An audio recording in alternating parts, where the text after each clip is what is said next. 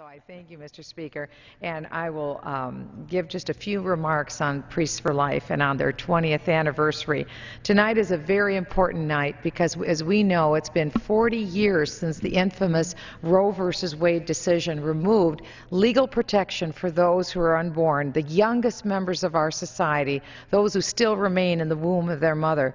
And since that time, numerous groups, Mr. Speaker, have risen up to restore that protection to the unborn and to educate the public about the issue that we all know is abortion, and to provide compassionate service, both to those who need alternatives to abortion and those who need healing after abortion. And I stand here today with my colleagues in the United States Congress to honor one extremely important institution known as Priests for Life as they celebrate 20 years of advocacy and service to the unborn. As many of people across America know, Priests for Life is led by Father Frank Pavone. He is one of the strongest voices for the unborn. Father Frank has been throughout the world as well as for children in America, and he stands strong because, as we know, contrary to what its name might suggest, Priests for Life isn't just for priests, and it's not just for Catholics. The work of Priests for Life has enabled Americans of every walk of life, every ethnicity, every faith background, every political affiliation to awaken their consciences about the life issue, to speak up for the unborn. And here's just a few of the outreach efforts, Mr. Speaker, that Priests for Life have been involved in. Every year, Priests for Life holds nearly 1,000 retreats across America for men and women who have lost a child to abortion. Priests for Life also runs the very important Silent No More awareness campaign to mobilize men and women who have lost a child to abortion, but who've gone on to experience healing through God and who now want to share their testimony.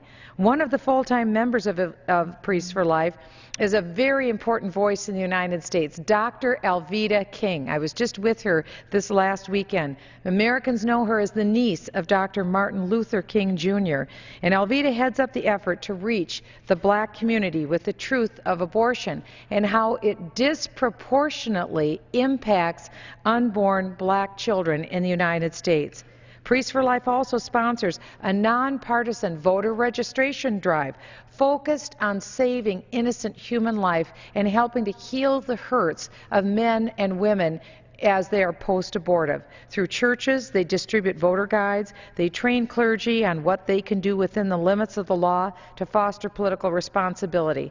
Now, it's very difficult to find any national initiative in the pro-life movement that either Father Frank Pavone or Priests for Life are somehow not deeply involved in. For example, February of this year, 2012, Priests for Life launched a lawsuit against the Health and Human Services mandate, which we've heard much about this evening, that requires job creators to offer health insurance coverage for morally objectionable practices.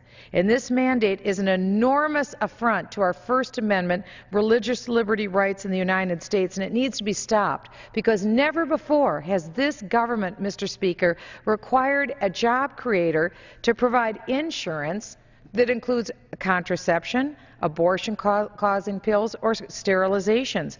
No organization, no American, Mr. Speaker, should have to violate their religious beliefs because of this president's health care dictates. I'm a mom to 28 kids, 5 natural-born children, 23 foster children. I believe with every fiber in my being that every child matters and that we should have a right to life for every American, because every life is precious, every life is sacred, and every life is made in the image and likeness of a holy God. Every life matters, and I'm extremely proud to be a part of the pro-life movement and to have been affiliated with Priests for Life and Father Frank Pavone. That's truly a voice for the voiceless.